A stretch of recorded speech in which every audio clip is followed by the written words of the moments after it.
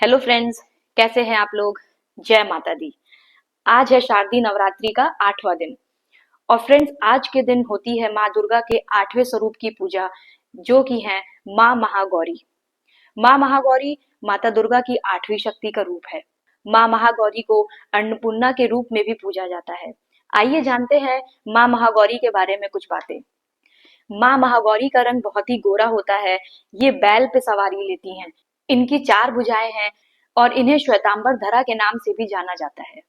माँ महागौरी को गायन और संगीत बहुत पसंद है और इन्हें नारियल से बनी मिठाई, हलवा और काले चने का भोग लगाया जाता है। माता को लाल चुनरी चढ़ाई जाती है और ऐसा माना जाता है कि माता की आराधना करने से, महागौरी की आराधना करने से माता हमें धन धान्य से भर देती हैं। इनकी पूजा करने से सुख और समृद्धि में वृद्धि होती है और ऐसा माना जाता है कि आप सभी प्रकार के पाप भी धुल जाते हैं। माँ महागौरी की पूजा करने से भक्तों के कष्ट दूर होते हैं और ऐसा माना जाता है कि आपके जो भी असंभव कार्य हैं वो सारे संभव हो जाते हैं। तो फ्रेंड्स, आइए जानते हैं कि माँ महागौरी को ये नाम कैसे मिला। पौराणिक कथाओं के अनुसार जब देवी भगवान शिव को पति के रूप में पाने के लिए कठोर तपस्या कर रही थी, तो कठोर तपस्या के दौरान जो है काफी वर्ष बीत गए तपस्या करते हुए उन्हें। घोर धूप में, घनघोर वर्षा में, हर प्रकार के वातावरण में जो है उन्होंने अत्यंत घोर तपस्या की और जिसकी वजह से उनका शरीर जो है वो अत्यंत काला हो चुका था।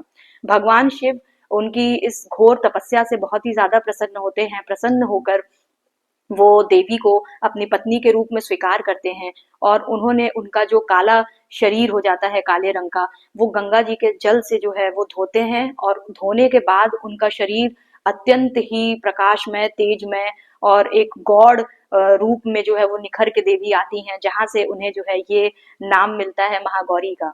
और शिव जी ने उन्हें गौरी के नाम से जो है संबोधित किया। और फ्रेंड्स, मैं आपको बता दूं कि शिव जी सदैव उन्हें गौरी के नाम से ही बुलाते हैं। तो इससे ये भी पता चलता है कि भगवान शिव को ये नाम बहुत पसंद है, बहुत ही प्रिय है। फ्रेंड्स, महागौरी का मंत्र क्या है, आइए वो जान लेते हैं। तो मेरे साथ आप लोग हाथ जोड़कर माता गौरी का नमन करते हैं। ओम महागौर्ये नमः। ओम महागौर्ये नमः। ओम महागौर्ये नमः। फ्रेंड्स, माता के 4 हाथ हैं। एक भुजा इनकी अभय मुद्रा में है, तो दूसरी वर मुद्रा में, तीसरे हाथ में त्रिशूल है, तो चौथे हाथ में डमरू है। सो फ्रेंड्स, आइए चलते हैं माँ महागौरी के कौन सी कथा सबसे ज्यादा प्रचलित है, आइए वो जानते हैं। तो फ्रेंड्स, वैसे तो पौराणिक कथाओं के अनुसार काफी सारी कथाएं प्रचलित माता महागौरी की, तो उनमें से कुछ एक दो कथा मैं आपको सुनाना चाहती हूँ। तो पहली कथा ये है। कुछ इस प्रकार से माना जाता था कि जब देवी भगवान शिव को पति के रूप में प्राप्त करने के लिए जब वो घोर तपस्या के लिए निकली थी, तो एक बार क्या होता है कि भगवान शिव माता पार्वती को देख के कुछ कह देते हैं, जिससे कि माता का जो मन होता है वो बहुत ही आहत होता है और वो कैलाश छोड़कर घोर तपस्या करने के लिए चली जाती हैं। काफी वर्ष बीत जाते हैं उनको गए हुए, कैलाश छोड़े हुए। फिर शिव जी थोड़ा सा चिंतित होने लगते हैं कि इतने वर्ष हो गए और वो अभी तक नहीं लौटी, पार्वती कहाँ गई। तो वो उनकी खोज करने के लिए कैलाश से निकल पड़ते हैं। तो फ्रेंड्स, पति पत्नी के बीच में अनबन तो होती ही रहती है। अब कुछ नोक झोंक हुई होगी इन दोनों के बीच में भी। तो चलिए आगे बढ़ते हैं। शिव जी जब पार्वती जी को ढूंढने के लिए निकलते हैं, तो वो वहां पे पहुंच ही जाते हैं जहाँ पे देवी बैठ के तपस्या कर रही थी। तो जब भगवान शिव की दृष्टि माता गौरी पर पड़ती है, वो देखते हैं कि उनका जो शरीर है वो इतना ओजपूर्ण है, इतना तेज है, उनके शरीर में एक अलग सा चमक उनके शरीर में उनको दिखता है और वो देख के अत्यंत ही प्रसन्न हो जाते हैं। उनकी छटा चांदनी के समान और कुंद के फूल की तरह निखर के जो है उनकी छवि एक दिखती है। भगवान शिव उनके वस्त्र और आभूषण, चमकदार आभूषण देखकर बहुत प्रसन्न होते हैं और उन्हें गौर वर्ण का वरदान देते हैं। फ्रेंड्स, देवी के इस रूप को देखकर सभी देवगण और ऋषिगण प्रार्थना करते हैं कि सर्व मंगल मांगल्ये शिवे सर्वार्थ साधिके शरण्ये त्र्यंबके गौरी नारायणी नमोस्तुते। और इस तरह से करके उनकी स्तुति की, उनकी आराधना की। सो फ्रेंड्स, माता गौरी से संबंधित एक अन्य कथा भी प्रचलित है जो मैं आपको बताना चाहती हूँ, क्योंकि ये एक मेरे बहुत फेवरेट कथा है ये, जो कि मैं आप तक पहुंचाना चाहती हूँ। तो फ्रेंड्स, ऐसा हुआ था कि देवी उमा जो है तपस्या में अपने लीन थी और एक शेर था जो कि बहुत काफी टाइम से जो है वो भूखा था। और जब उसकी दृष्टि देवी पे पड़ती है, जंगल में तपस्या करती हुई देवी पे जब उसकी नजर गई, तो उसकी भूख मानो और तिगुनी चौगुनी हो गई। वो ललायत हो गया और वो वहां पे देवी के पास गया। और देवी तो चूंकि तपस्या में लीन थी, वो तो अपने ध्यान में मग्न थी। शेर जब वहां पहुंचा तो वो देखा कि देवी तपस्या कर रही हैं। वो देवी की तपस्या खत्म होने तक वहीं पे बैठ के इंतजार करने लगा। और देवी को तपस्या करते हुए वर्षों बीत गए, और वर्षों तक वो शेर भी वहीं भूखा प्यासा बेचारा बैठा रह गया।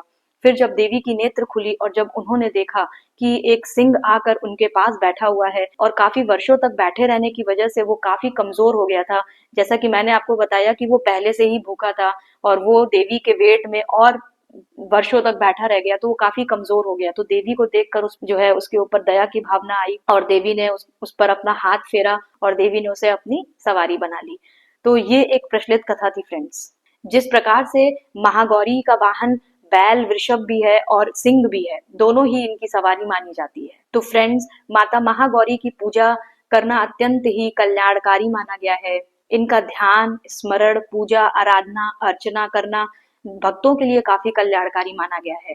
तो फ्रेंड्स, इस कहानी से, इस कथा से हमें क्या सीख मिलती है? हमें यही सीख मिलती है कि अगर आप शिद्दत से जो है, अगर आप प्रेरणा के साथ जो है बैठ के आप अगर देवी का नमन करते हैं, तो देवी आप अपनी कृपा आप पर जरूर बरसाती है। जिस प्रकार वह सिंह वहां प्रतीक्षा में बैठा रह गया, तो इस प्रकार से तो उसकी भी तपस्या हो गई। इस प्रकार से वो भी एक तपस्या में लीन था, इतने वर्षों तक भूखे प्यासे रह के।